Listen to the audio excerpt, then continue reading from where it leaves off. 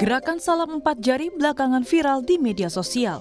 Gerakan yang menunjukkan ekspresi memilih selain pasangan Prabowo Gibran di Pilpres 2024 itu diinisiasi oleh Presidium Nasional Partai Hijau Indonesia, John Muhammad. Dengan kata lain, gerakan ini mengajak masyarakat memilih pasangan 01 Anies Mohaimin atau 03 Ganjar Mahfud di Pilpres 2024. Gerakan salam empat jari yang menyasar Prabowo Gibran ini direspon TKN Prabowo Gibran. Wakil TKN Prabowo Gibran Habibur Rahman bilang tak ambil pusing dengan gerakan tersebut dan meminta berkompetisi secara sehat. Saat ini pihaknya fokus untuk menangkan hati rakyat. Empat jari dalam konteks demokrasi tentu boleh-boleh saja siapapun menyampaikan sikap dan pendapatnya demikian. Ya, ini adalah negara demokrasi. Tapi kalau saya lihat di akar rumput, di grassroots, ya, yang dipahami masyarakat bahwa pemilu itu adalah bagaimana menyampaikan gagasan, visi dan misi serta kelebihan program masing-masing. Pada akhirnya kan semua kembali ke masyarakat yang akan memberikan penilaian. Ya. Kalau kami, ya, paslon 2 Prabowo Gibran memilih untuk fokus, ya, memenangkan hati rakyat, menunjukkan pada rakyat bahwa kami adalah paslon yang bisa mengayomi mereka semua. Capres nomor urut 1 Anies Baswedan angkat suara terkait munculnya gerakan salam empat jari yang beredar di jejaring media sosial. Menurut Anies, gerakan salam empat jari itu muncul sebagai pesan dari masyarakat yang menginginkan adanya perubahan. Ya, sebenarnya ini kan pesan bahwa kita mau perubahan. Dan apa yang sekarang terjadi itu 02 kelihatannya diasosiasikan dengan keberlanjutan. Sementara publik menginginkan perubahan. Jadi itu secara implisit, kalau kami menginterpretasikan secara implisit menginginkan ada perubahan. Nah, kami tegas mengatakan bahwa ini adalah gerakan perubahan. Jadi mudah-mudahan makin banyak yang ikut dalam rombongan perubahan. Mungkin bergeraknya pelan-pelan tuh. Sementara itu, Capres nomor urut 3 Ganjar Pranowo menyatakan gerakan salam empat jari itu merupakan bagian demokrasi yang diinginkan rakyat. Gabungan 01 sama 03. Oh gitu. 4 jari. Itu kalau tambah 2 jadi 6 jari ya? Belum saya. Belum lah, kita tunggu dulu. Kan pemilunya masih 14 Februari gitu kan. 14 Februari kita tunggu, baru setelah itu kita akan bicara. Kita nggak tergesa-gesa. Bahwa ada semangat-semangat dari masyarakat, itulah demokrasi, itulah ekspresi. Maka saya orang yang yakin, siapapun kekuatan di sini tidak akan bisa menghambat apa yang dimau oleh rakyat. Seperti diketahui, jelang pencoblosan Pilpres 14 Februari mendatang, situasi politik makin panas. Narasi-narasi saling serang antar kubu masih terus terjadi. Sejumlah lembaga survei pun merilis pasangan Prabowo Gibran sementara menepati elektabilitas teratas dibanding dua paslon lain. Sedangkan tim Anies dan Ganjar pun disebut-sebut juga siap berkoalisi jika terjadi putaran 2 Pilpres. Dengan gerakan salam empat jari ini, mampukah mempengaruhi masyarakat untuk tidak memilih Prabowo Gibran dan beralih ke paslon 01 Amin atau paslon 03 Ganjar Mahfud? Tim Liputan, Kompas TV.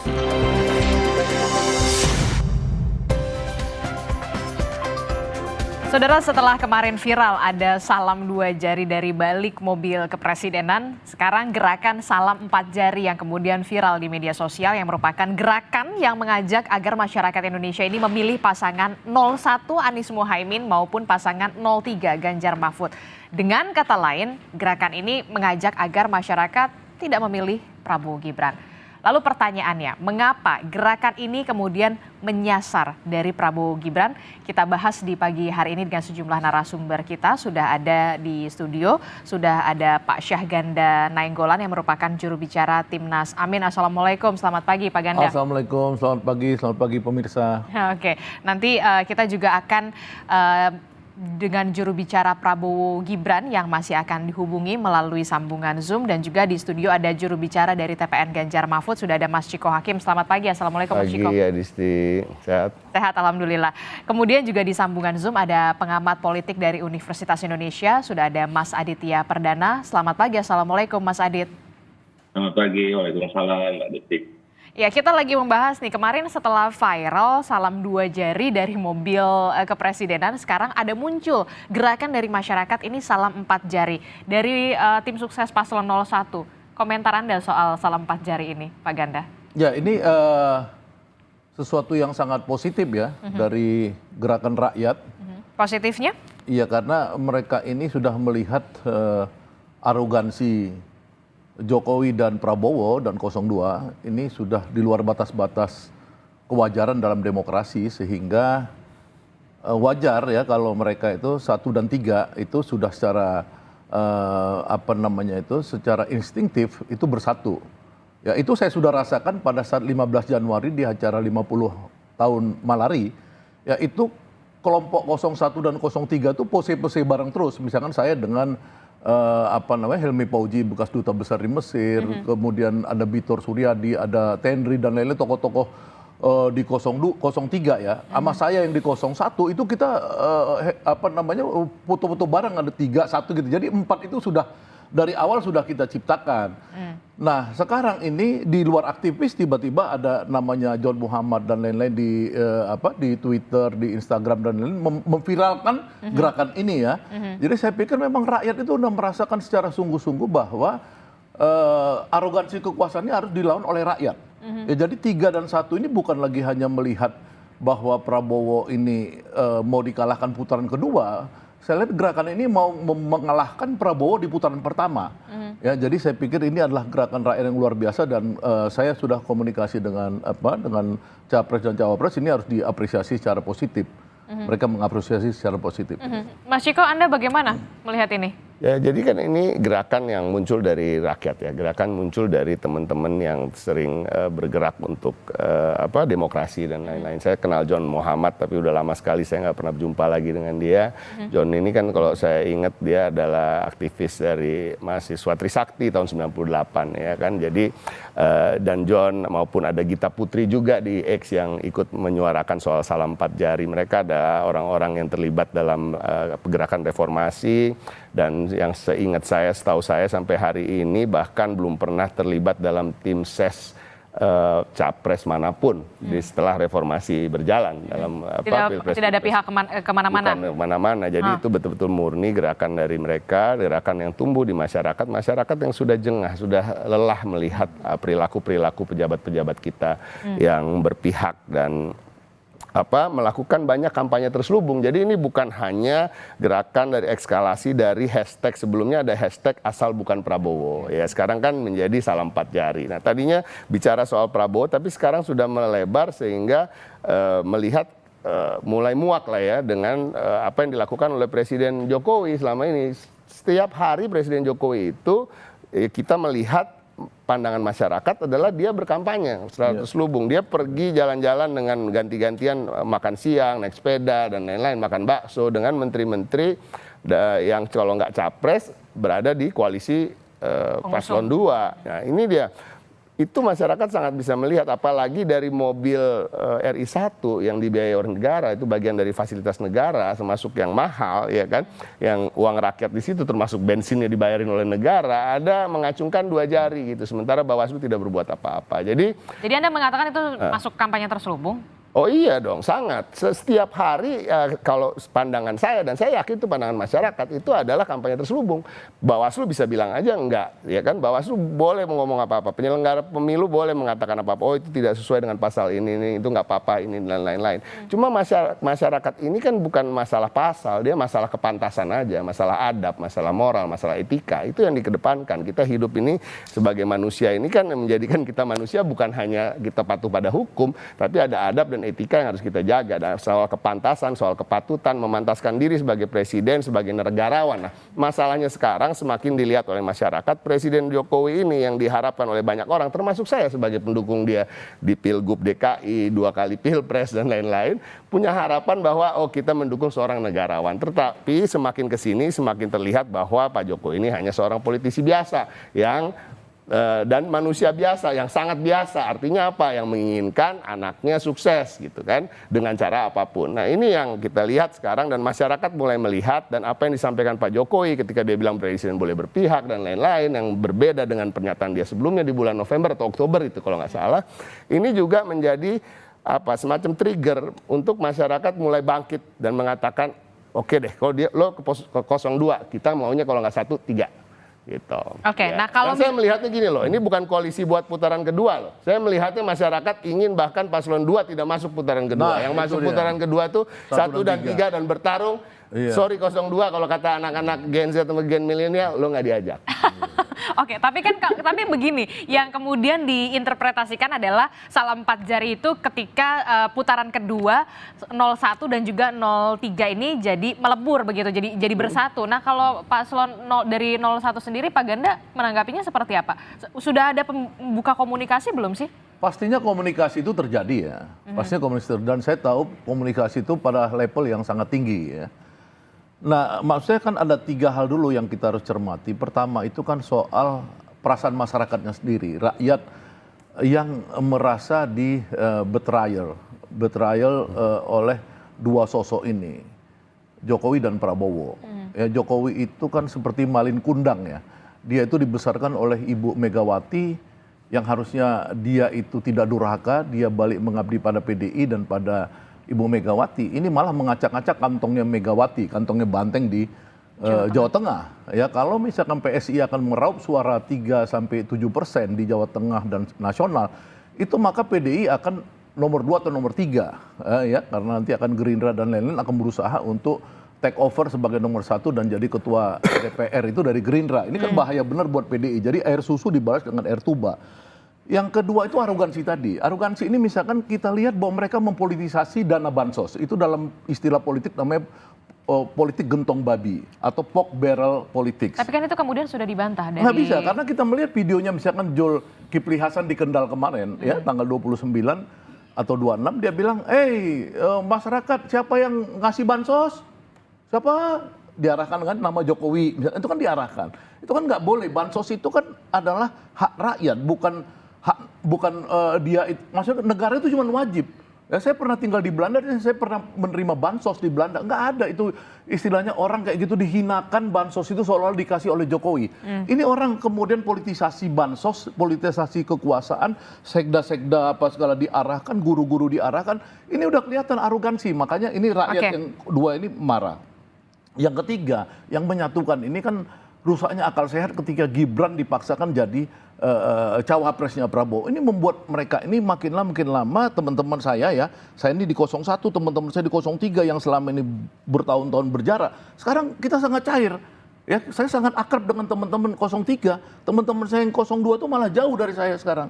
Kenapa? Karena kita udah melihat mereka sebagai pengkhianat dalam politik demokrasi ini gitu loh. Jadi ini yang penting. Jadi dalam politik demokrasi ini, maka tadi saya sepakat sama Bung Ciko bahwa 1 dan 3 ini berusaha untuk menyingkirkan 02 supaya kita ini mengajarkan pada rakyat kita mau berdemokrasi secara sehat. Jangan melakukan arogansi, politik kekuasaan dan lain-lain. Gitu. Sebenarnya kita masih terus mencoba untuk menghubungi dari tim sukses pasangan calon 02 yakni Prabowo Gibran begitu ya, tim sukses melalui sambungan Zoom tim kami. Tapi saya ke Mas Adit dulu. Mas Adit, ini kan kalau kita lihat ya, ini kemudian beredar di media sosial itu di X atau di Twitter gitu ya, kemudian ada di Instagram, viral salam 4 jari. Nah, Anda melihat ini sebuah gerakan yang seperti apa? Ya, yang pertama memang kalau kita perhatikan gerakan seperti ini kan bukan pertama kali ya. Karena kalau kita perhatikan di pemilu sebelumnya juga ada contoh yang serupa meskipun itu menjadi sebuah pertentangan yang menarik ya. Pilih Pak Prabowo, bukan pilih Pak Jokowi dan sebagainya. Jadi memang selalu ada konteks yang seperti ini. Yang kedua adalah kalau kita bicara secara lebih real dalam konteks yang kita pahami, ada banyak mungkin kelompok teman-teman masyarakat sipil atau aktivis atau siapapun yang tidak bisa setuju dengan tiga paslon yang ada gitu ya, atau bahkan mungkin karena dalam konteks kemarin pencalonan yang agak merumitkan sehingga calon yang idealnya itu tidak ditunjukkan, sehingga kemudian agak positioningnya tidak ada di situ. Sehingga kemudian ketika misalkan ini sudah berlangsung, sudah kampanye, sudah masuk gitu ya, baru kemudian ada ketidakpuasan, senang terhadap situasi yang memang ada hari ini gitu ya. Karena memang kita bisa paham apa yang tadi disampaikan oleh Bang Ciko dan Satu Bangsa Dadan adalah ini adalah situasi yang menjadi sangat jelas gitu ya, bahwa di situ ada perlawanan terhadap upaya-upaya yang menggerus demokrasi dan sebagainya gitu. Jadi kenapa kemudian ada diskusi bagaimana 1 dan 3 itu kemudian menjadi nyambung gitu ya, karena memang upaya ke sana ada di sana, nyambungnya di sana gitu. Nah cuma masalahnya gini, ketika misalkan kita bicara soal sebagai sebuah ajakan untuk dalam konteks elektoral, ini akan menjadi sangat problematis. Karena yang real terjadi hari ini ada 3 calon. Ya di kertas surat suara itu kita akan ada 3 calon. Bukan pilih salah satu, bukan pilih 2 gitu ya. Kalau 2 itu pasti akan batal gitu, dan tidak sah dan segala macam. Misalkan contoh kalau misalkan ajakannya gerakan 4 jari ini untuk mengatakan tidak pilih 2, tetapi pilih 1 dan 3 dan ya gitu, itu kan tidak sah gitu. Berarti kan tetap harus pilih salah satu. Salah satunya itu ya kalau nggak 1 dan 3 gitu ya. Tapi kenapa kemudian Mas Adit, maaf saya potong, tapi kenapa kemudian seolah-olah begitu ya, ini pasangan calon 02 Prabowo Gibran ini kemudian disasar begitu? Ya karena memang ini adalah bukti memang ada real Mbak ya. Saya juga beberapa dataset yang saya punya itu juga dari survei, itu ada banyak masyarakat yang memang tidak senang juga dalam situasi hari ini dalam konteks pemilu dan demokrasi ya. Jadi saya bisa paham juga kenapa kemudian menjadi muncul gitu, dan ini kan pasti akan dikoneksikan, direlasikan dengan pasangan nomor 2 dan khususnya adalah terkait dengan istilahnya cawe-cawenya Pak Jokowi.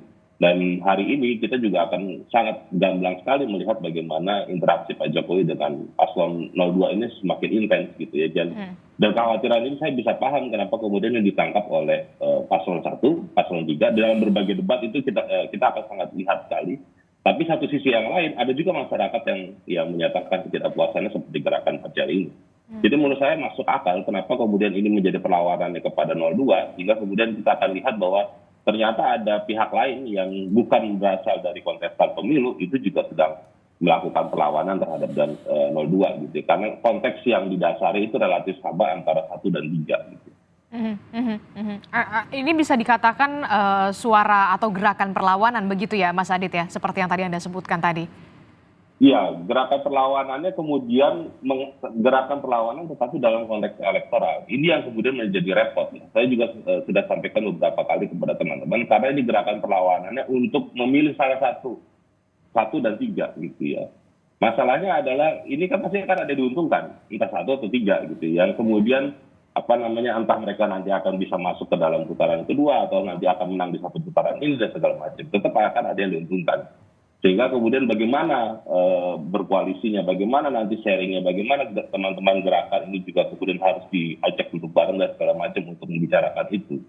Dan yang kedua adalah ini juga tidak mudah Mbak, karena waktunya juga terlalu pendek gitu ya. Dan tinggal 14 hari lagi, 2 minggu lagi Mas Adit.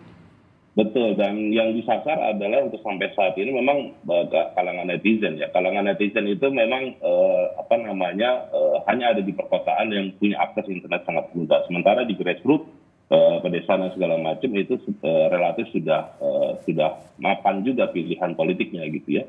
Jadi relatif ini mungkin hanya akan mempengaruhi orang-orang yang punya pilihan yang masih galau gitu ya. Dan itu relatif menurut saya sudah tidak begitu banyak. Karena sekarang kisarannya hampir 50%, 60% itu pilihannya sudah jelas Mbak di antara pemilih gitu ya. Oke, untuk ini berarti untuk viralnya salam 4 jari ini bisa dikatakan yang diuntungkan ini sebenarnya pasangan 01 dan 03 dong?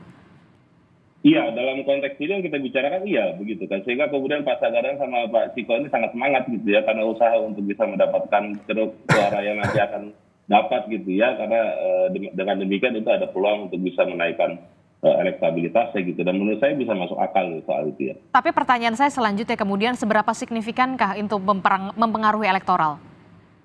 Itu yang saya belum bisa melihat dan saya tidak begitu yakin ya. Karena dari sisi banyak data teman-teman konsultan dan juga lembaga survei sudah rilis, itu kan sekarang kisaran yang undecided ataupun swing voters dan segala macam itu masih kisaran 20-30%. Jadi makin lama makin kesini Mbak itu semakin berkurang gitu ya. Jadi pertanyaannya adalah apakah memang itu efektif untuk bisa mempengaruhi sekitar 20-30% itu. Nah, dengan waktu yang terbatas tentunya. Jadi dan juga pada saat yang bersamaan ini adalah main di area sosial media, tidak untuk main di grassroots. Nah, itu juga sangat problematis gitu.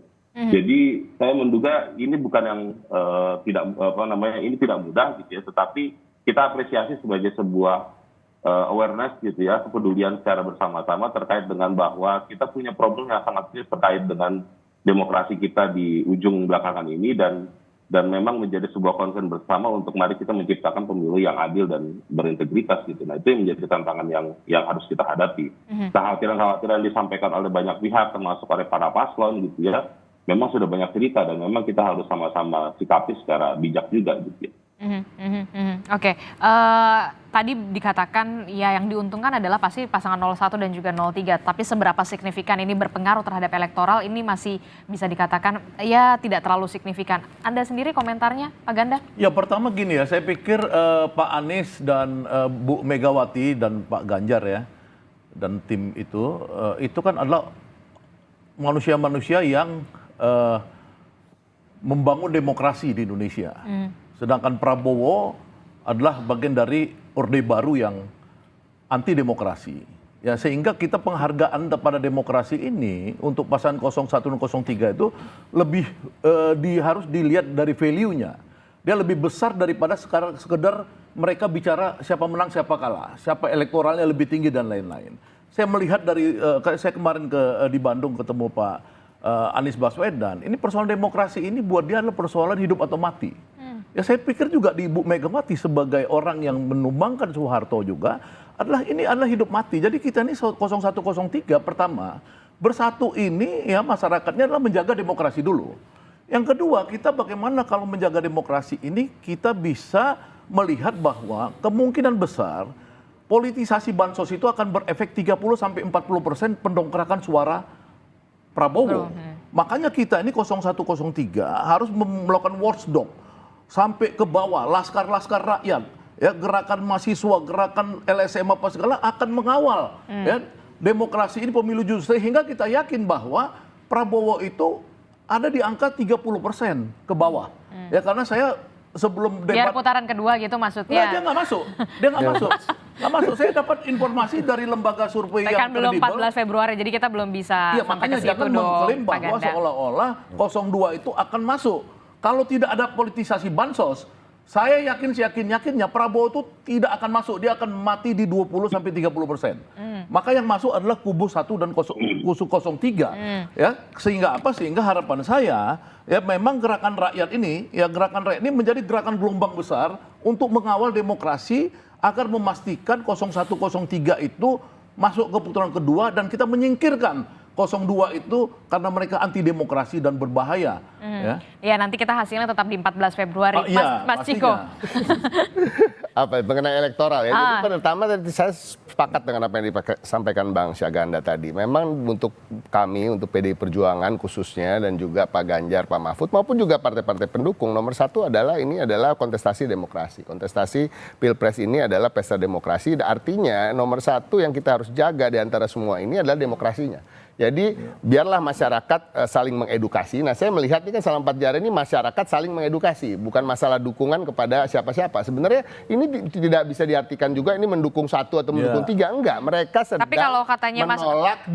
menolak dua karena 2 ingin memundurkan demokrasi. Dan dalam perjalanannya sudah terlihat dari mulai rentetan MK dan sekarang presiden, ketidaknetralan aparat, ketidaknetralan menteri-menteri yang dilakukan di waktu jam kerja dengan fasilitas negara dan lain-lain. Itu yang memberikan kemuakan-kemuakan pada masyarakat dan akhirnya mereka saling mengedukasi dengan mengatakan oke, kita tolak paslon nomor 2. Nah ini yang saya lihat nomor 1. Masalah elektoral itu menjadi konsekuensi aja, ya kan siapapun yang mendapat limpahan itu itu bukan menjadi strategi kami. Tapi Jadi kan salam 4 berharap jari ini- dong, tapi kan berharap pastinya. Harapan tentu ada dari manapun suara kita berharap, tapi itu tidak pernah menjadi strategi kami, dan strategi kami kalau kita berpikir tentang itu dan ini itu akan menggoyangkan apa yang telah kita canangkan dan kita prepare atau kita rencanakan untuk menang dengan cara apa. Nah, cara apa yang kita menang ya datang ke rakyat, canvassing dan lain-lain. Itu cara yang paling baik lah ya. Pak Ganjar juga belusukan sampai nginep ke rumah warga. Itulah cara-cara di mana kita ingin menyampaikan visi misi dan gagasan. Nah, tadi saya sampaikan bahwa ini adalah cermin dari masyarakat yang sudah muak dengan apa yang sedang terjadi terus menerus hari ke hari. Dan ini jangan salah, masyarakat juga bisa menilai bahwa termasuk saya dan beberapa politisi yakin bahwa apa yang dilakukan Pak Jokowi ini sebenarnya ketidaknetralan dia, walaupun itu juga membuat kita muak, tapi sebenarnya kita melihat ini belum tentu menguntungkan paslon 2. Kenapa Anda bisa mengatakan seperti itu? Ya karena itu tadi, Pak Jokowi semakin hari semakin dilihat bukan sebagai negarawan. Orang-orang yang tadinya tegak lurus Jokowi karena berharap dan melihat sosok Jokowi inilah sosok orang hebat, negarawan, statesman, ya kan, berbeda dengan politisi lain, makin kesini makin melihat dia hanya politisi biasa yang tadi dan manusia biasa yang ingin mendorong anaknya dengan sebagai cara untuk menjadi wakil presiden. Nah, ini menjadi nilai minus buat mereka justru. Menurut saya artinya ketika orang bertanya apakah gimana Pak Jokowi suruh kampanye apa enggak, silakan aja gitu. Jadi tidak menjadi masalah lagi buat kami. Nah, ini saya rasa menjadi kebingungan di paslon 2. Tadi udah nggak diajak di salam 4 jari ya kan. Terus gimana? Tadi dikatakan oleh Bang Syahganda ya, nilai-nilai angka-angka di survei berapa persentase. Kalau saya melihat gini, mereka itu bingung. Pak Jokowi ini kan punya approval rating katanya hanya nomor 2 di bawah Kim Jong-un ya. Kim Jong-un ini 100%. Nah, kita bisa artikan sendiri lah ya.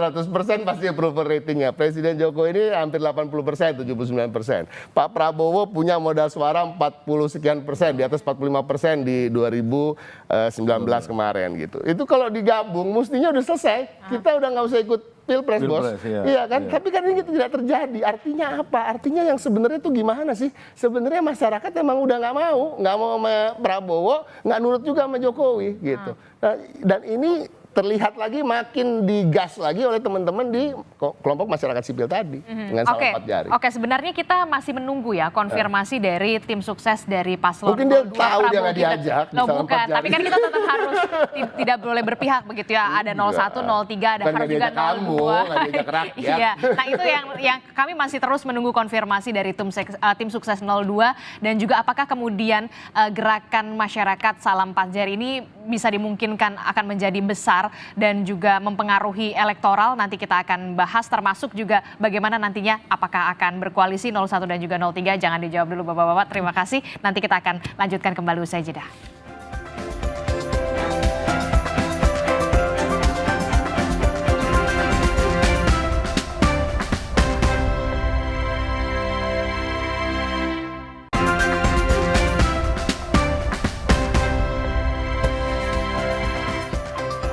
Terima kasih Anda masih bersama kami di Sapa Indonesia Pagi. Saudara masih membahas soal gerakan masyarakat yang kemudian viral, yakni salam 4 jari. Mas Ciko, saya mau tanya, ini apakah salam 4 jari ini untuk menandingi salam 2 jari yang waktu itu viral juga?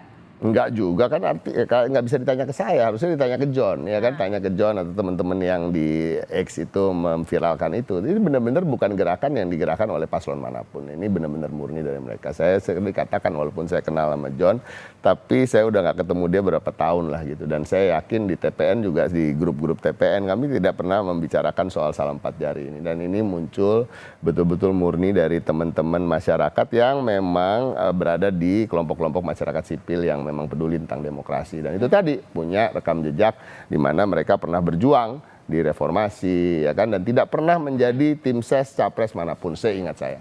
Oke, ini juga tadi kita sempat menghubungi dari TKN Prabowo Gibran yakni Mas Dede Prayudi, tapi sampai detik ini kemudian belum terkonfirmasi dan juga belum ada jawaban. Kita tersambung dengan juru bicara TKN Prabowo Gibran, sudah ada Mbak Putri Komarudin. Selamat pagi, Assalamualaikum Mbak Put, apa kabar? Selamat pagi, mungkin Mas Dedenya sedang ada senam pagi jadinya. Kita jadi ban serep buat Om Ciko. Aduh. Assalamualaikum warahmatullahi wabarakatuh. Waalaikumsalam. Waalaikumsalam warahmatullahi wabarakatuh. Mbak Putri, ini maaf ya mengganggu. Harusnya kemudian Mas Dede begitu ya. Mbak Putri, ini kita masih membahas soal yang kemudian ramai ini beredar di media sosial salam 4 jari. Ini dari Prabowo Gibran menanggapinya seperti apa? Ada anggapan kemudian ini menyasar Prabowo Gibran? Ya, saya rasa kan apapun yang muncul di sosial media sekarang itu bisa diartikan sebagai mungkin gerakan-gerakan politik dari masing-masing paslon. Jadi kalau misalnya ada gerakan salam 4 jari yang munculnya dari media sosial, kita juga belum menelusuri itu sebenarnya pertamanya muncul dari siapa atau ini memang strategi salah satu paslon untuk membuat dinamika yang lebih intens lagi menjelang 14 Februari ataupun memang ini munculnya dari murni dari supporter masing-masing paslon yang memang menginginkan dari masyarakat yang memang menginginkan adanya pergesekan yang lebih tajam lagi menjelang 14 Februari ini kan bisa diartikan banyak ya, dan kita tidak mau menuduh pihak-pihak tertentu. Kalau kita di Prabowo Gibran ya kita tetap fokus pada strategi kampanye kita. Pak Prabowo dan Mas Gibran sangat rajin turun ke lapangan menjelang 14 Februari ini. Kemarin kita baru saja kirap kebudayaan di Semarang, Jawa Tengah, dan itu dihadiri ratusan ribu orang. Sangat ramai, teman-teman Kompas juga kemarin meliput di sana, dan ini bukti bahwa memang warga sangat antusias dan juga sangat mendukung pasangan calon 02 ini. Jadi ya kalau saya rasa adanya gerakan-gerakan tertentu di media sosial itu tidak merefleksikan apa yang terjadi di lapangan. Apalagi kalau kita lihat kalau Pak Prabowo dan Mas Gibran ke provinsi dan kabupaten kota itu selalu disambut dengan begitu antusiasnya oleh masyarakat. Jadi ya kita sangat meyakini bahwa apa yang terjadi di lapangan itulah realita yang ada. Tapi kemudian Mbak Putri dan juga dari tim sendiri tidak khawatir dengan adanya gerakan seperti ini kemudian berpengaruh terhadap elektoral begitu Mbak Put? Ya.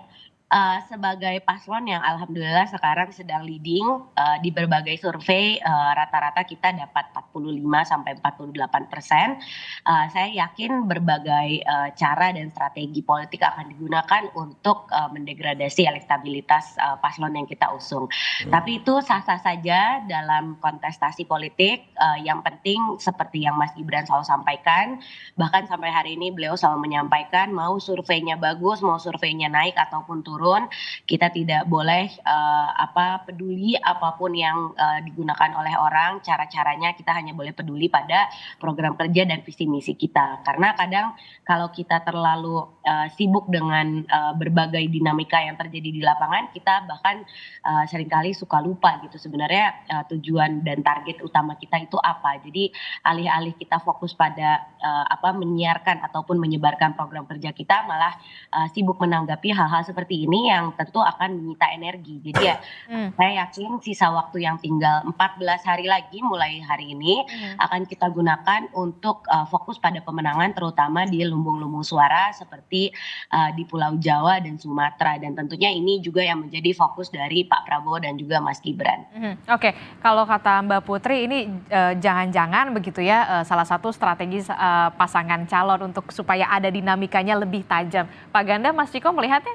Ya, pertama saya lihat kan ada dua dataran ya. Satu tataran rakyat itu memang itu tidak ada kontrol, maksudnya tidak ada rekayasa dari 01 dan 03. Jadi maksudnya ini bukan strategi dari salah satu paslon 01 Bukan, 03? ini muncul dari rakyat bahwa ada aktivis-aktivis ya yang seperti saya, aktivis puluhan tahun, terus di sana Bitor Suryadi, kemudian si Helmi Fauzi. Kita itu memang merasakan semenjak Gibran itu jadi wakil presiden, kita yang jauh jadi dekat. Saya dulu sama teman-teman saya itu dicap membuat gerakan ABG. Apa tuh? Asal bukan Ganjar. Sampai teman saya itu hampir di penjara, ya inisialnya RG itu. Tapi sekarang kemudian berubah ABG juga, tapi asal bukan Gibran. Gitu loh. Jadi artinya kita jadi akrab sesama 01, 03. Nah, apakah ini nanti jadi strategi? Ini belum ditentukan. Kita baru saling apresiasi. Ya di dalam kampanye debat capres kemarin yang ketiga itu kan kelihatan ketika Pak Prabowo mau mengatakan kepada Pak Ganjar, kita kan seguru seilmu, Pak Ganjar gini-gini. Tiba-tiba dibantah Pak Ganjar, saya nggak seguru seilmu sama Anda.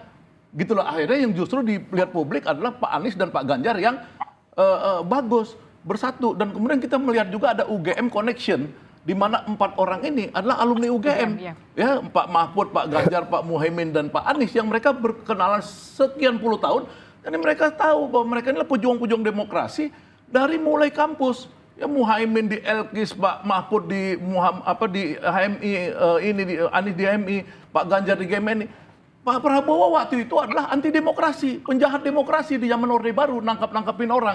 Nah makanya maksud saya itu ketika ini mau diulangin, kekuasaan ini mau dimanipulasi, kekuasaan ini mau dibuat untuk memenangkan secara tidak fair, ya bagaimana saya ilustrasikan tadi Pak Zulkifli Hasan di Tegal, di Kendal itu bilang bansos punya Pak Jokowi, itu kan kejahatan kemanusiaan dan kejahatan terhadap rakyat kecil. Nah ini rakyat itu bersatu sekarang. Rakyat bersatu strateginya nanti apakah dikapitalisasi oleh 0102, nanti mungkin saya sama Pak Cepi di luar ini bicara. Mas Ciko, ya kan? Mas Ciko, ya sorry Mas Ciko. Sama-sama hakim. Ya kan? Nanti siapa tahu kan seperti yang saya sebutkan, tadinya bertanding lama-lama bisa bersanding. Lama-lama bisa bersatu. Nah, Pak Ganjar juga kemarin mengatakan saya tidak mau tergesa-gesa. Lihat dulu tanggal 14 Februari. Ini maksudnya kodenya memang mau 1 sama 3 bersanding atau gimana? Maunya 1 sama 3 masuk ke putaran kedua. Nah, Putri nggak masuk. Tapi Putri boleh lah jadi anggota DPR RI ya, kita dukung lah ya. Tapi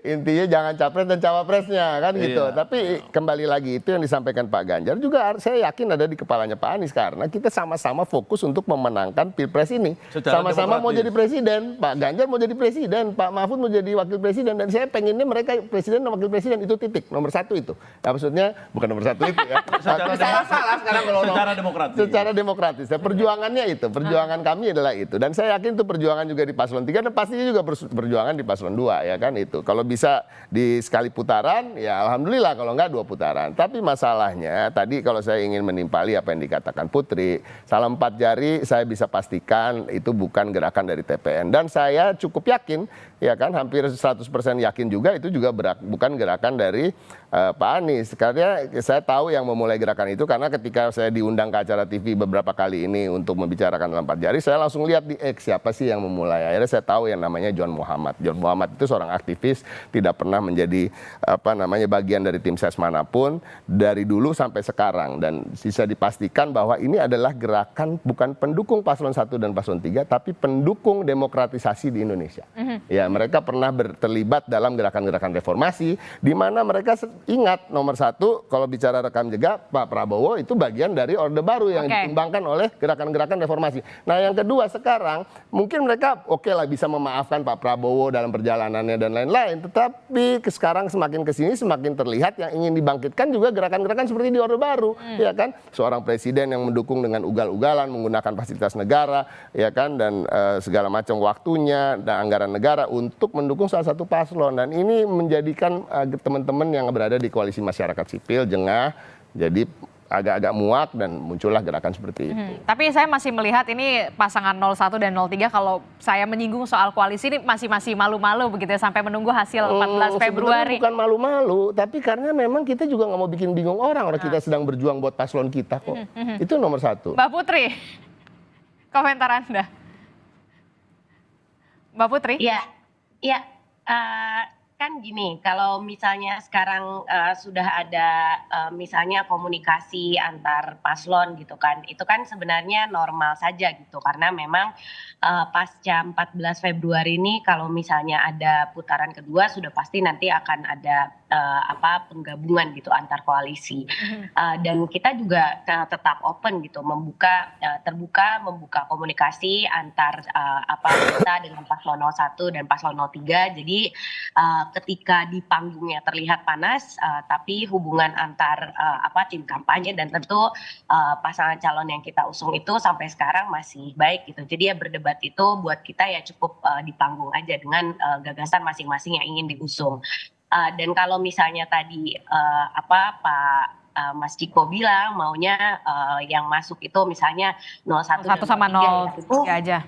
sah-sah saja karena ya Mas Ciko kan pengusung 03 gitu dan tadi sudah menyebutkan kata 01 jadi ya mungkin ini sebenarnya merupakan salah satu tanda-tanda yang ya kita tentu di TKN juga terus antisipasi seluruh perkembangan yang terjadi tapi yang tadi kalau misalnya kita terlalu fokus pada hal seperti ini tentu jadinya strategi kampanye yang sudah kita susun secara sedemikian rupa jadwal yang telah kita elaborasi juga di setiap provinsi dan pertemuan-pertemuan nanti dengan masyarakat yang ada di lapangan yang real bukan hanya di online saja itu nanti malah akan terlupakan.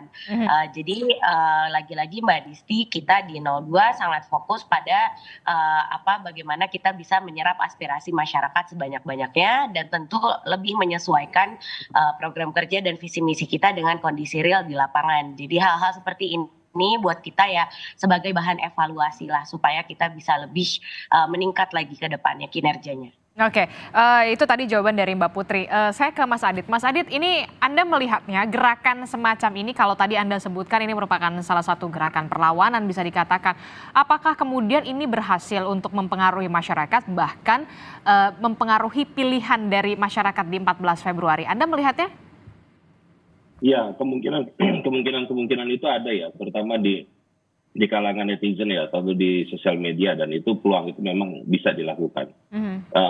Saya bisa melihat arahnya ke sana, tetapi mungkin dalam konteks yang jauh lebih masif dan lebih luas itu yang rasanya tidak mudah gitu. Itu yang tadi saya sudah sampaikan bahwa hari ini kemantapan pilihan dalam konteks tanggal 14 Februari mendatang itu relatif sudah terbangun gitu. Jadi hampir 60% pemilih itu sudah ada pilihan, tapi makin lama makin kesini tentu itu akan menjadi menarik ya, sisa-sisanya itu semakin banyak yang mendukung gerakan Pacari atau memang sudah di pilihan-pilihan 1, 2 atau 3 gitu ya. Jadi ke sana gitu. Nah, kalau konteks yang tadi dibicarakan, saya pikir gerakan Pacari ini jangan-jangan saya melihat ini adalah jembatan nih untuk koalisi terjadinya 1 dan 3 gitu ya. Mudah-mudahan kalaupun itu terjadi ya kita doakan saja itu seperti yang diinginkan oleh Mbak Putri juga bahwa ini adalah dinamika yang harus dihadapi ya menjelang hari-hari terakhir di menjelang 14 Februari. Anda melihatnya ini salah satu bagian bridging atau tidak? Dugaan saya begitu ya. Kita tunggu saja apakah nanti Pak Sagara sama Pak Jiko juga dia akan menjadi bagian dari itu ya. Koalisi itu akan terjadi atau tidak. Oke, tapi kalau kata Mbak Putri, kalau dari 02 sebenarnya masih terbuka kalau misalkan memang mau koalisi jika nanti di putaran kedua. Kalau 01 sendiri? Ya kalau mungkin nggak? Spiritnya 01 sekarang ini kan adalah bagaimana pemilu tidak curang. Ya, kalau tidak curang, maka secara sosiologis itu yang masuk 01 dan 03. Karena basis sosiologisnya jelas. 02 tuh nggak punya basis sosiologis yang jelas. Ya, jadi kalau misalkan ini salam 4 jari ini adalah gerakan civil society yang kemudian bisa dikapitalisasi oleh 01 dan 03, tentu kita akan bicarakan. Kita minimum itu ya adalah menjaga jangan sampai kecurangan terjadi. Misalnya contoh, Pak Ganjar misalkan memberikan statement, kalau bisa bansos itu nggak usah presiden yang ngasih, cukup kepala desa, misalnya gitu, ya kan? Nah kemudian juga begitu dari kelompok 01 juga jangan pakai bansos dikasih 02 tuh minyak goreng dan lain-lain. Nah ini kita terus kampanyekan 01 itu yang disebut salam 4 jari minimum ininya yang kita bisa kapitalisasi supaya rakyat itu mengawal pemilu supaya jangan curang. Oke, jadi dengan kata lain tertutup pintu sudah kalau ke 02 gitu.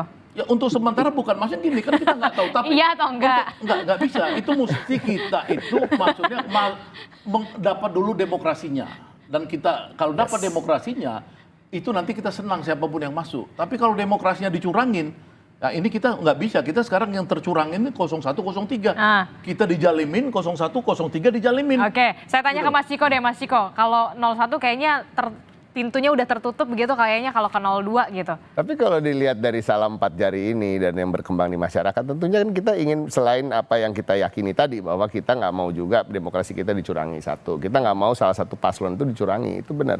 Kita tidak mau ada ketidaknetralan aparat yang berpihak pada paslon tertentu, menggunakan anggaran negara, waktunya dalam waktu bekerjanya di negara ini juga dikorupsi untuk mendukung salah satu paslon. Nah ini yang kita nggak suka, ini nomor satu. Ya kan, dalam perjalanannya nanti juga, tentunya kita juga melihat apa yang diinginkan masyarakat, ya kan, walaupun kita tahu apa yang kita inginkan. Nah yang diinginkan masyarakat, yang diingin masyarakat yang ingin menjaga demokrasi kita adalah salam 4 jari ini. Jadi sampai hari ini kita berpikir nomor satu adalah untuk memenangkan paslon 3 Ganjar Mahfud untuk menjadi presiden dan wakil presiden, baik itu di putaran pertama atau di putaran kedua. Ya, yang kedua adalah kita ingin demokrasi ini kita jaga, ya kan. Nah, masalahnya nanti ada pembicaraan-pembicaraan politik di tingkat atas, dan ini politik memang cair. Ya, betul. Ya, tetapi pada prinsipnya kalau kita lihat sekarang rasanya sangat sulit untuk bisa bergabung dengan 02. paslon 2 aja. Oke, tapi balik lagi ya, dinamika politik itu cair, tidak ada yang tidak mungkin. Yang tidak mungkin cuma menghidupkan orang yang mati kalau dikatakan. Kalau Mbak Putri sendiri, terakhir Mbak Putri, apa yang ingin disampaikan soal kalau 01 dan 03 komentarnya seperti ini? Ya, saya rasa kita sama-sama punya bukti ya masing-masing. Maksudnya kalau 01 dan 03 selalu menggembar-gemborkan kalau 02 ini melakukan kecurangan, toh di lapangan buktinya juga ada bukti-bukti yang kita sudah laporkan juga ke Bawaslu dan juga ke task force yang dibuat oleh Pak Mahfud terkait dengan pemilu ini, bahwa banyak sekali buktinya juga paslon 01 dan 03 itu di daerah melakukan kecurangan gitu. Jadi kalau dibilang banyak hal yang berkembang ini mengarah kepada kecurangan 02, kita juga sama-sama punya bukti bahwa 01 dan 03 melakukan hal yang sama, menggunakan PJ kepala daerah misalnya, menggunakan struktur kementerian untuk mendukung paslonnya. Tapi kan ya tadi itu kembali lagi kepada strategi masing-masing paslon. Jadi kalau kita di 02 kita tetap berpegang teguh bahwa maling boleh teriak maling, tapi kita tetap maju ke depan, kita fokus pada kemenangan Pak Prabowo dan Mas Gibran. Kalau misalnya bisa kita selesaikan dalam satu putaran ini ya tentu akan sangat baik, akan sangat menghemat anggaran pemilu 17 triliun yang bisa dihemat di anggaran penyelenggaraan, dan ini menurut saya sangat baik juga untuk konsolidasi politik nanti. Jadi kalau di politik sepakat banget tadi yang dibilang Mbak Disti, never say never. Kalau misalnya nanti kita ketemu lagi Om Ciko, Om Syahganda, tentu kita juga akan tetap melakukan hal-hal yang kita biasa lakukan untuk pembangunan Indonesia gitu. Siapa tahu kalau ketemu di Dewan Legislatif, kita tetap harus berkoordinasi untuk membuat undang-undang sama-sama, menyusun anggaran, dan ini kan sesuatu yang tentunya harusnya menjadi fokus kita setelah nanti pasca Pilpres 2024 ini. Oke, nggak ada yang nggak mungkin di politik begitu, yang nggak mungkin cuma menghidupkan orang yang kemudian sudah mati begitu ya. Kalau di politik tidak ada yang tidak mungkin. Kita akan tunggu pastinya di tanggal 14 Februari sore biasanya sudah terlihat pergerakannya akan seperti apa. Terima kasih Pak Ganda, Mas Ciko, Mbak Putri, terima kasih. Mas Adit juga terima kasih untuk perspektifnya. Kita akan diskusi lagi nanti di lain waktu dengan tema yang lebih menarik. Terima kasih. Assalamualaikum, selamat pagi.